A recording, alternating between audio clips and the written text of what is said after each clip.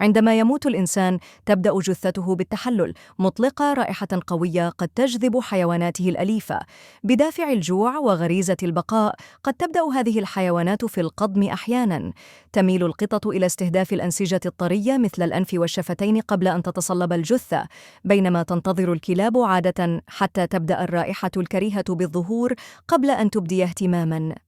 هذا السلوك لا ينبع من نية سيئة، بل من غريزة البقاء.